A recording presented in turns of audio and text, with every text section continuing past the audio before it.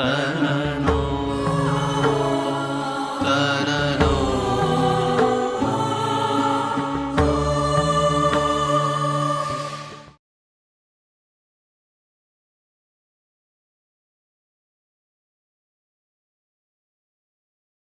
भगवान परशुराम जी की जयंती की बहुत बहुत बधाई। दशावतार में छठवें अवतार है भगवान परशुराम, और जामदग्नि है। उसके चरित्र से संबंधित बातों को देखें तो अनेक भाव बनते हैं, लेकिन मैं व्यवहार जगत से संबंधित भाव को लेकर के आप लोगों से थोड़ी चर्चा कर लूँगा।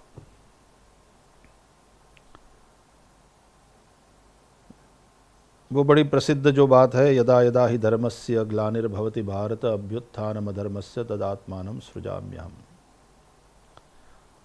जब जब होई धर्म के हानि, बाढ़हि असुर अधम अभिमानी। तो करहि अनीति जाय नहीं बरनी, सीधहि विप्रधेनु सुर धरनी। तो उसी तरह से समाज के जो कोई भी वर्ग धर्म से जब च्युत होते हैं लोग, तो फिर धर्म की रक्षा के लिए, यानी लोगों में धर्म की रक्षा के लिए, यानी लोगों की धर्म के प्रति आस्था हो, धर्म के प्रति निष्ठा हो। मैं कई बार कथाओं से भी चर्चा करते हुए आप लोगों से कहा है कि धर्म केवल मंदिरों मठों में नहीं रहता, धर्म केवल पोथी के पन्नों में नहीं रहता, धर्म रहता है सत्पुरुषों के आचरण में। आचार प्रभवो धर्मः धर्मस्य प्रभुरच्युतः। धर्म चर्चा नहीं, केवल धर्मचर्या, आचरण। आचरण तो आदमी तब करेगा जब श्रद्धा होगी, निष्ठा होगी। तो धर्म के प्रति लोगों की श्रद्धा बनी रहे, निष्ठा बनी रहे, धर्म में लोगों की रति बनी रहे, ऐसा कुछ करना, ये पुनः धर्म संस्थापन है।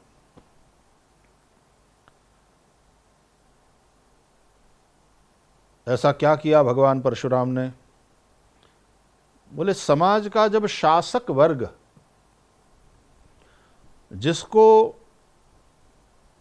शास्त्रों के अनुसार प्रजा विष्णु रूप मानती है, राजा विष्णु रूप है,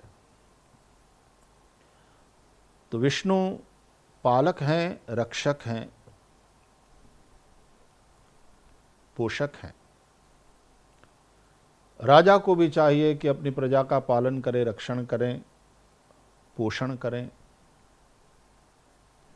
लेकिन उसके स्थान पर वो रक्षक भक्षक बन जाए और पोषक जो है वो शोषक बन जाए,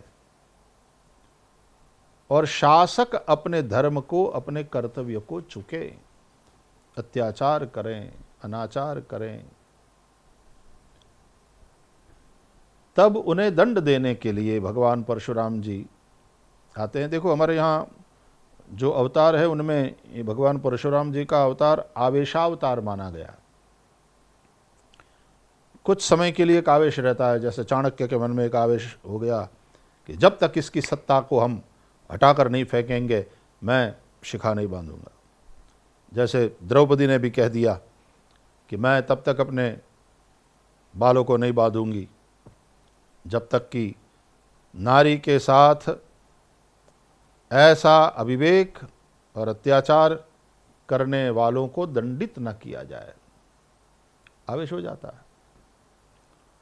तो ये कौन सा आवेश है? बोले समाज के मस्तक रूप जो ब्राह्मण वर्ग के लोग हैं, जो ज्ञान प्रधान है, जो निरंतर राजाओं का, शासकों का मार्गदर्शन करते रहे हैं, जो स्वयं अनासक्त भाव से, न तो सत्ता के प्रति आसक्ति है, न संपत्ति के प्रति आसक्ति है, न प्रजा उनका स्तवन करे, स्तुति करे, बखान करे, उसके प्रति कोई आसक्ति है, जो सत्य कहते हैं, जो लोगों को अच्छा लगे ऐसा नहीं बोलते, लोगों के लिए जो अच्छा है वो कहते हैं, ऐसे तपस्वी, त्यागी और ज्ञान प्रधान ब्राह्मण वर्ग के लोग जब आंख दिखाते हैं ऐसा अधर्म करने वाले राजा को, समझाते हैं कि ये उचित नहीं है, ऐसा मत करो, फिर भी जब वो शासक नहीं मानते, उल्टे ब्राह्मणों को गाली देने, यानी उस ज्ञान उपासना करने वाले उस प्रबुद्ध वर्ग के लोगों को जब गाली देने लग जाते हैं, उनकी अवहेलना करते हैं, उनका अनादर करते हैं, तो समाज के उन ज्ञानी, त्यागी, प्रबुद्ध वर्ग का जो कलेक्टिव आक्रोश, वो है परशुराम। उनका सामूहिक और सक्रिय आक्रोश वो सत्ता परिवर्तन कराता है।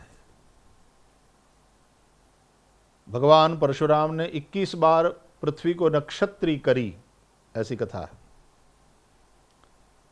फिर से याद दिलाऊं, कोई जाति विशेष के खिलाफ ये बात नहीं है, ये कोई समाज के दो वर्ग के बीच में वैमनस्य बढ़ाने वाली कथा है, ऐसा इसका अर्थ गलती से भी मत करना। ये दो अलग अलग जिम्मेदारी अपने सिर पर रख करके चलने वाले लोग जब एक अपने कर्तव्य पथ को चुकता है, अपने धर्म से च्युत होता है, हमारे यहां धर्म का एक अर्थ कर्तव्य ऐसा भी किया गया, तो जब आप अपना फर्ज चूकेंगे, आप अपने कर्तव्य पथ से च्युत होंगे, यानी आप धर्म भ्रष्ट हो जाएंगे, तो जो समाज का प्रबुद्ध वर्ग है, त्यागी है, तपस्वी है, वो आपको रोकेगा, आपको समझाएगा, आपका मार्गदर्शन करेगा, और फिर भी उनकी भी अवहेलना जब आपके द्वारा होने लगेगी, तब फिर आपका नाश सुनिश्चित है। और ऐसी एक घटना नहीं हुई, 21 बार, और जब लिखा गया तब 21 बार था, अब तो शायद पता नहीं चाहे कितने 2100 हो गए होंगे, क्योंकि समय समय पर ऐसा होता ही रहता है। और इसलिए देखो, ये बड़ी सुंदर बात है कि भगवान परशुराम को चिरंजीवियों में माना है।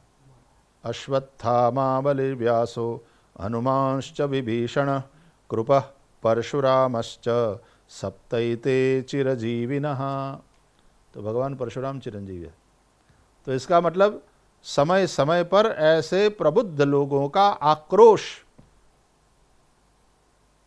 जब सामूहिक रूप से प्रकट होता है और सक्रिय रूप से वो लोग सत्ता परिवर्तन में लग जाते हैं, उसी को कहेंगे भगवान परशुराम। तो शापादपि शरादपि दोनों बल है उनके पास, और वे सत्ता परिवर्तन करके रहते हैं। और श्रीमद् भागवत में भी ऐसी एक राजा वैन की भी कथा है ही है।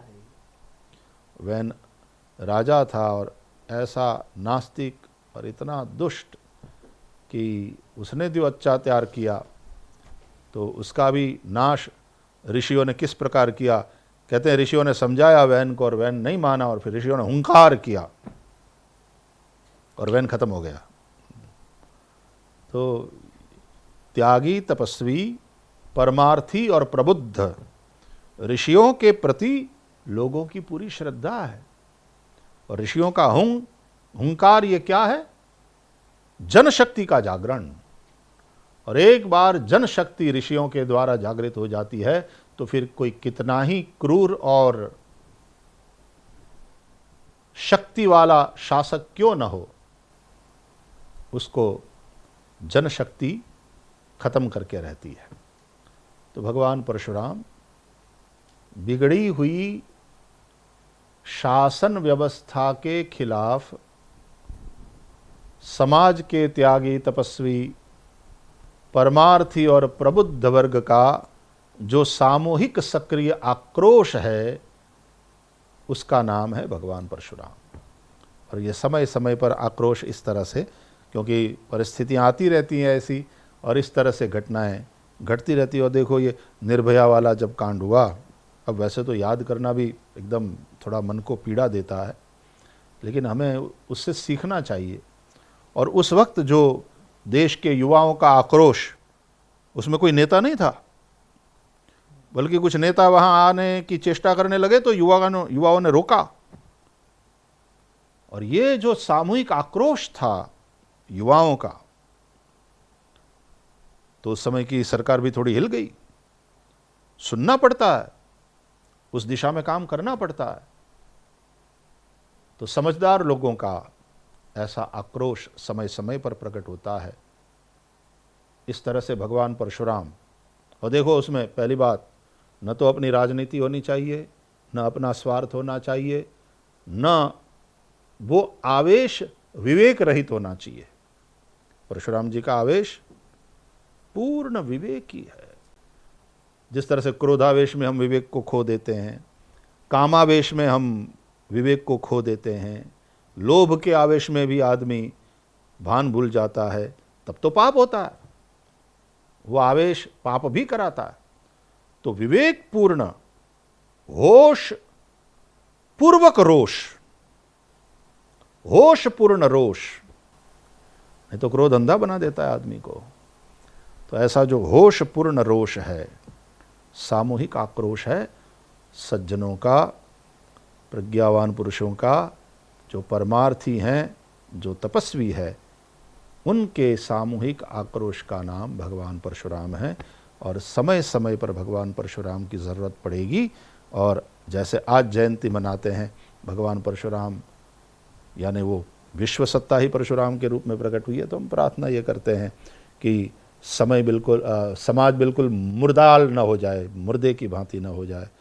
समाज में कोई तो ऐसे लोग होते हैं और हैं जो फिर बोलेंगे और सक्रिय होंगे। जय परशुराम।